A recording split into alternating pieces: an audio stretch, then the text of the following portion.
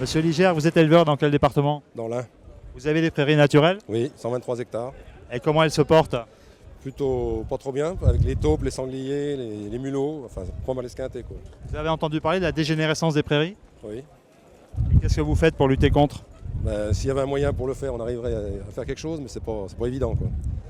Alors comme Monsieur Ligère, beaucoup d'éleveurs ignorent qu'il est possible de régénérer les prairies avec des moyens adaptés du genre RC-Tri. Je vous propose d'aller à la rencontre de Monsieur Martin qui est responsable France chez Heimbach et qui va nous parler de la technique de régénération des prairies. Jean-Frédéric Martin, vous parlez de régénération des prairies, ça veut dire que nos prairies auvergnates, elles sont dégénérées? Oui, en partie, on le voit, c'est des prairies en fait naturelles. Et puis au fil du temps, en fait, c'est des prairies qui se sont dégradées. Alors qu'on voit chez certains éleveurs, effectivement, qui tous les 2 ans, tous les 5 ans font du sursemis. Et eux, ils ont en fait un potentiel de rendement en valeur énergétique largement supérieur aux voisins. Alors sous quel effet les prairies se dégradent-elles? Aujourd'hui, on est confronté avec des machines modernes, donc on fait des coupes de plus en plus précoces. Ça veut dire que il y a une vingtaine d'années, on récoltait le fin vers le 20 juillet, 15 juillet. Aujourd'hui, on fait l'enrubénage, donc on fait des coupes à partir du 15 mai. Et donc on n'a plus le cycle naturel où effectivement les graines tombent en fait de l'herbe et régénèrent la prairie naturellement. Quelle est la différence entre une régénération lourde et une régénération douce? Alors aujourd'hui, en fait, il y a 2 systèmes. Donc soit on fait une régénération totale, ça veut dire qu'on retourne la prairie existante. Donc c'est ce qu'on appelle une régénération assez directe, lourde.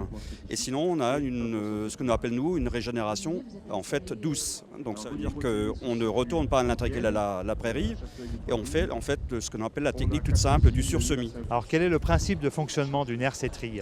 C'est un appareil qui vient de la culture en fait de céréales, qu'on utilisait beaucoup en bio, mais qu'on utilise aussi dans la polyculture élevage pour l'entretien des prairies.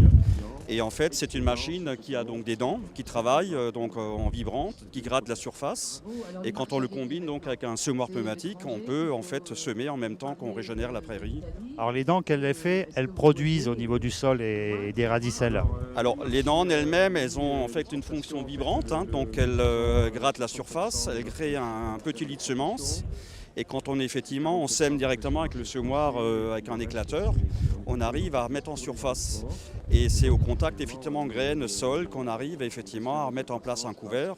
Alors en fonction des années, en fonction de la météo, en conditions sèches, des fois il faut redonner un coup de rouleau par derrière. Mais ce qui est important, c'est la base, c'est effectivement quand on fait une régénération douce, c'est vraiment d'adapter les types de semences par rapport au type de sol. En général, les Germains, les Allemands, les Autrichiens, les Scandinaves, eux, en fait, ils ont une productivité à l'hectare qui est de 30-40% supérieure. Donc ils évitent d'acheter des intrants comme le tourteau de soja et autres. Et en fait, ils ont une rentabilité économique largement supérieure à ce qu'on connaît en France. Et en France, la démarche était tout simplement, on fait que récolter le foin, alors que dans ces pays-là, on cultive le foin. Donc on le cultive, mais donc naturellement, on ne devient pas dans un système intensif en y mettant en plus de l'engrais. Non, parce que quand on fait du sursemis avec différents types de mélanges et qu'on rajoute effectivement par exemple du trèfle, le trèfle en poussant naturellement donne effectivement cet engrais et qui effectivement redonne en fait un coup de vif au niveau de la prairie. Quels sont les critères de choix d'une RC-Tri? Alors, tout dépend du type de pâturage qu'on a, si on peut y accéder facilement. Donc, on vend des machines petite largeur allant de 2,50 m pour des régions montagneuses comme l'Isère et autres. Et en fait, là, on a un peu plus de surface, on varie de 6 mètres à 12 mètres en largeur de travail. Est-ce que vous pouvez nous donner un ordre de prix de la machine la plus vendue, là, en 6 mètres par exemple? Alors là, c'est un prix moyen de 4 200 € hors taxe. Et le semoir intégré à la RC-Tri? Alors, avec le semoir, donc c'est une option, donc semoir pneumatique, donc on est en fait à 8 000 – 400 € pour la machine complète. Alors, un mot sur la rentabilité, le retour sur investissement. Est-ce que c'est un bon investissement?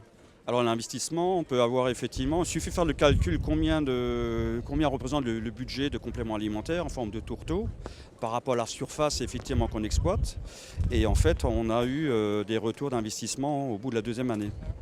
Est-ce qu'il y a encore de la vulgarisation auprès des éleveurs à faire autour de ce type de matériel? Alors justement, c'est là en fait il y a tout le travail à faire. Les éleveurs qui connaissent en général, c'est ceux qui viennent du bio. Parce qu'à l'origine, la RC-Tri était utilisée dans le bio. Aujourd'hui, c'est plutôt le conventionnel qui est acheteur de ce genre de produits. Et dans le polyculture élevage, c'est effectivement l'appareil qui sert à la fois pour l'entretien des prairies et en fait de faire du désherbage mécanique. Alors est-ce que c'est un outil que je vais aussi pouvoir valoriser sur mes cultures? Oui, tout à fait. Et en fait, c'est là où la rentabilité, elle peut être plus de 2 ans, elle peut être ramenée effectivement à 1 an. Et aujourd'hui, la démarche du Grenelle de l'environnement de dire on réduit de 50% les doses phyto, on a des problèmes de résistance au niveau de certaines mauvaises herbes. Et le simple fait, par exemple, 3 jours après le semis, de faire un étriage à l'aveugle, on arrive déjà à liquider jusqu'à 50-60% la pression des mauvaises herbes pour les non vivaces. Très bien, donc si je suis un éleveur moderne qui veut produire plus tout en respectant l'environnement, j'achète une hercétrie en clair? Oui, et puis surtout, il y a une rentabilité économique à la sortie. Parce que le nerf de guerre, effectivement, c'est de ne pas faire forcément la course aux hectares, c'est de produire le maximum en autonomie et d'avoir une rentabilité et effectivement avoir un niveau de vie et un revenu correct. Monsieur Martin, je vous remercie. Je vous en prie.